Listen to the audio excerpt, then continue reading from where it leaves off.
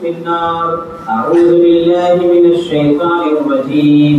بسم الله الرحمن الرحيم. إنا أعطيناك الكوثر فصل لربك وانحر إن شانئك هو الأبتر. وقال في موضع آخر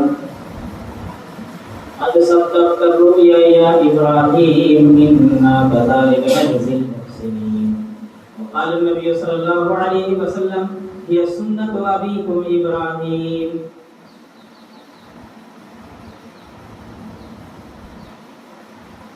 سبھی قسم کی تعریفات و توصیفات، حمد و ثنا، کبریائی و بڑائی اس اللہ وحدہ لا شریک کے لیے لائق و زیبا ہے، جو ہر چیز کا خالق ہے، جو ہر چیز کا مالک ہے، جس کی ذات ہمیشہ سے ہے اور ہمیشہ رہے گی، جس نے فی ستۃ ایام ثم استوى علی العرش 6 دنوں میں یہ آسمان اور زمین کو پیدا کر کے عرش پہ مستوی ہو گیا.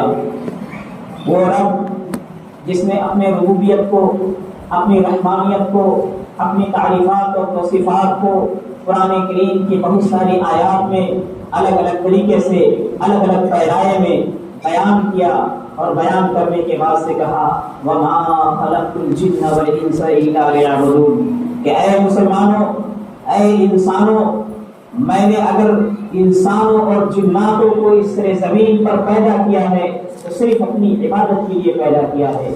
وَمَا خَلَقْتُ الْجِنَّ وَالْإِنسَ إِلَّا لِيَعْبُدُونِ. قرآن کی یہ آیت ہمیں اور آپ کو بتلاتی ہے کہ ہمیں دنیا کے اندر اگر رہنا ہے تو اللہ رب العالمین کی عبادت کر کے جو چند دن کی زندگی ہے، اس زندگی کو اللہ اور اس کے رسول کے عمل کے موافق اور ان کے فرامین کے موافق اپنی زندگی گزار کے اس سے زمین سے چلا جانا ہے.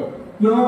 کیونکہ اللہ کے نبی صلی اللہ علیہ وسلم نے ارشاد فرمایا اور کہا کہ اے مومنو، اے مسلمانوں جو تم اپنے آپ کو مومن کہتے ہو، اے قرآن کریم کو پڑھنے والوں، اے احادیث نبویہ پہ عمل کرنے والے مسلمانوں، سنو، کان کھول کر سنو. کن فی الدنیا غریب، تم دنیا کے اندر رہو تو غریب انسان کی طرح رہو، او عابر سبیل، یا اس انسان کی طرح رہو جو مسافر ہوتا ہے، جس کا اپنا کوئی ٹھکانا نہیں.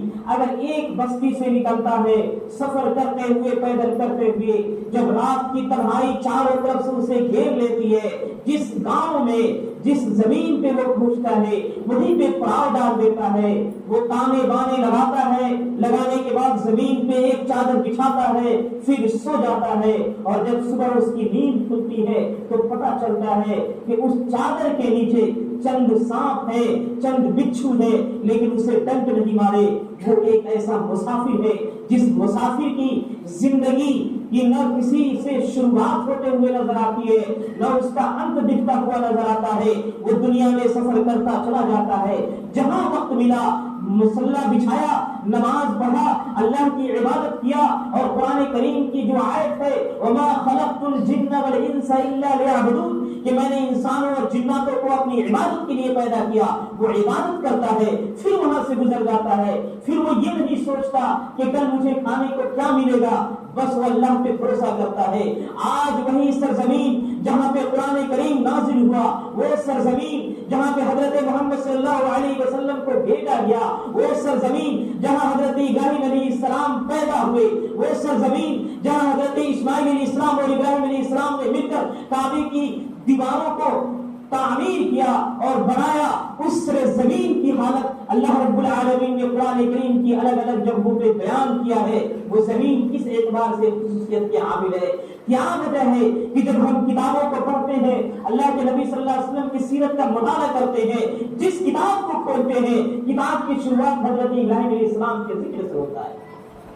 کیا آپ نے غور کیا کہ ابراہیم علیہ السلام کے ذکر سے اس کتاب کی شروعات، ہر تاریخ کی کتاب کی شروعات کیوں ہوتی ہے؟ چاہے وہ رحمت للعالمین تاریخ کی کتاب ہو، چاہے وہ کتاب الرحیق المختوم ہو، چاہے وہ کتاب سیرت النبی ہو، ہر سیرت کی کتابوں کی شروعات حضرت ابراہیم علیہ السلام سے